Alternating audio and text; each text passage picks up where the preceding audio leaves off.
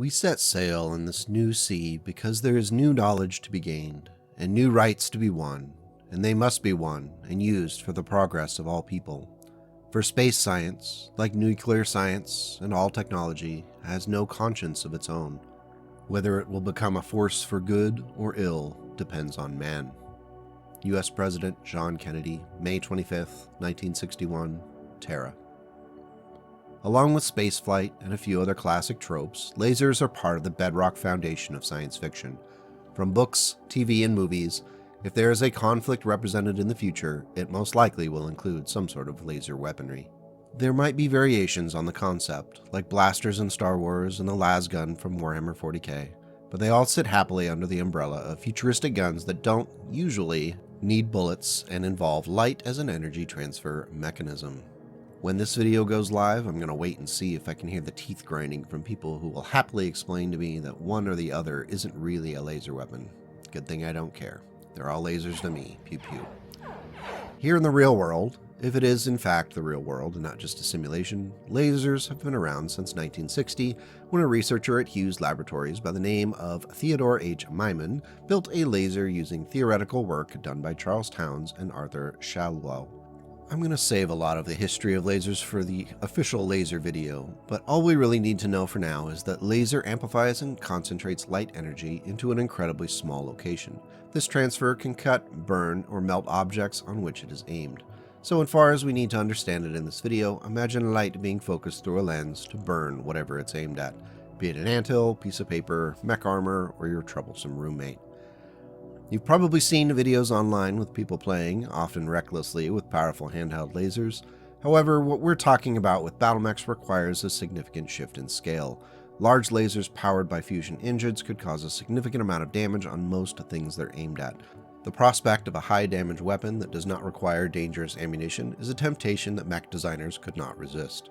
Since this video is on pulse lasers and not lasers in general, we're going to do our best to focus. Pun intended. Technically, the pulse laser, like so many other technologies in the Battletech universe, was first developed during the Star League era and then subsequently lost to the Inner Sphere during the Amaris coup and Succession Wars. It's practically a trope at this point, then one I'm not particularly fond of, as it kind of smacks of Warhammer's 40Ks. All the good stuff was developed already and then lost, only to be rediscovered. Mars Mechanicum nonsense.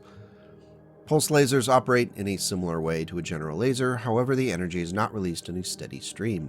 Instead, it's released in pulses, which concentrate the energy into short bursts, sometimes so quickly that you wouldn't be able to identify any difference. Concentrating the energy improves the performance of the laser and gives it, the vaporizing armor, a chance to diffuse into the atmosphere, rather than creating a continuous cloud of sublimating material. I'm not sure how well that would actually work, but we're firmly in the sci-fi space magic science portion of this video. In short, the pulse lasers are trading range for efficiency and additional heat. In the tabletop rules, your standard pulse lasers are going to get you a -2 on your 2-hit rolls on attacks. This can be an incredibly powerful advantage in situations where the opposing forces need to roll higher to hit with their weapons. The cost of this advantage is that the small and medium pulse lasers weigh twice as much as their standard versions, and the large pulse laser weighs 7 tons to the normal large laser's 5. The other cost is additional heat. Standard lasers run at 1, 3, and 8 heat for their small, medium, and large versions, while the pulse lasers run at 2, 4, and 10. Since the clans don't use standard lasers, the closest comparison is with the ER versions. This is where things get odd because, as it turns out, it's more energy efficient to run a clan large pulse laser at 10 heat than an ER large laser at 12. Someone kitting out their clan Omnimech will have to make the choice if 5 additional hexes of range is worth at 2 additional heat. However, a clan large pulse laser takes up 6 tons while an ER large laser only weighs 4. Theoretically, you could negate the heat difference by taking one of the 2 tons saved by going with the ER large laser by adding the additional double heatsink. Theory crafting mech building is always so much fun, even after decades of doing it. If you're a fan of the channel and you've seen my antics on social media, you likely know I'm a big fan of pulse lasers. My personal general use loadout on my Ebon Jaguar carries 3 large pulse lasers, 2 medium pulse lasers, and a tag, with enough heat sinks to fire off all the LPLs and 1 medium pulse laser in a turn while remaining heat neutral. It's a feisty one for sure. We'll have to test it out in a mock battle to see how that -2 hit modifier can impact that battle. Here we have the innocent Clan Jade Falcon, piloting an Emma Jaguar on patrol on the surface of a recently depopulated moon. Where all those people went is a mystery for the ages. Without notice, a cowardly marauder steps out from the crater. Emma Jaguar's mech warrior moves in and confronts the mech. At a 10 hex distance, the two mechs open fire. The marauder fires its ERPPCs, which are at a medium range at this distance. That's a +2 modifier to hit. There's sunlight and calm atmospheric conditions, so no modifiers there. The Emma Jaguar moved its full 8 hexes, which is a +3 modifier to hit, and then Marauder ran, which is another +2. The Marauder's gunnery skill is a 3, so that's 3 + 3 + 2 + 2, or 10 or better to hit. That's a 25% chance for those of you who aren't steeped in the probabilities of 2 6-sided dice. The Emma Jaguar's mech warrior fires its 3 large pulse lasers at that same moment. The mech warrior's gunnery skill is also a 3, +2 because it ran, and +2 because the pulse lasers are firmly in medium range. The Marauder ran 6 hexes, so that's another +2. For the normal weapons system, a shot would require a 3 + 2 + 2 + 2, or 9. However, the pulse lasers receive that -2 modifier to hit, which brings it down to a 7. Thanks to moving a little faster than the Marauder and being equipped with pulse lasers, the Emma Jaguar now has a 50% chance of hitting. That's 50% versus 25%. While it's true that the dice odds could be generous to the Marauder, the odds are not in favor of it in the current situation. That -2 to hit from the pulse lasers can have a big impact on a battle. There have been a few advances in pulse laser technology as the Battletech timeline marched forward. The Clan Wolf scientist case wasn't idle in the first years of the clan invasion of the Inner Sphere. In the early 3050s, they were testing out an ER pulse laser technology that would potentially fix the issue with shorter ranges of the lasers. They did it through combining the optic systems from ER lasers and power increases through the pulse laser designs. After the smoke cleared, they had a pulse laser that did extend further, but it was slightly less accurate. Before Clan Wolf could put these new ER pulse lasers into widespread production, they ran into a little problem with Clan Jade Falcon, and many of the researchers fled with Felon's Wolves into the Inner Sphere as a result of the Refusal War. If you do use an ER pulse laser in a mech design, know that it only has a -1 to hit modifier instead of the normal -2.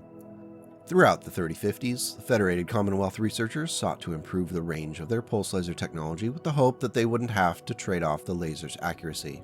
This stunningly creative solution was to just add more power and increase the cycle rate of the pulsing laser. If only the other Inner Sphere states had thought of that, right? The new lasers were called X-pulse lasers, and their only drawback was a significant increase in heat generation. A standard large pulse laser generates 10 heat, but the large X-pulse laser generates 14. So if you're considering using one on your mech, you're going to have to decide if shifting that range profile out to 15 hexes from 10 is worth it for that much extra heat.